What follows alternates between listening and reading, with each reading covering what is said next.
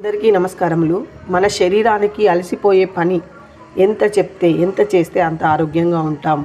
అలానే మన మనసును అలజడి లేకుండా ఎంత స్థిరంగా ఉంచితే అంత మంచి ఆలోచనలు పుట్టుకొస్తాయి.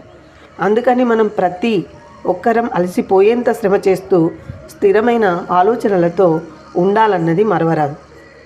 మనసు పెట్టి ఆలోచించాలే కానీ మనిషి తన లోటుపాట్లని ఎలాగైనా సవరించుకోవడానికి ఎన్నో మార్గాలు ఉన్నాయి.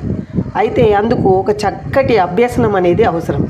లోటుపాట్లు శరీరానికి సంబంధించినవైతే వాటిని సరిదిద్దుకోవడానికి ఎన్నో రకాల వ్యాయామాలు ఉపకరిస్తూ ఉంటాయి.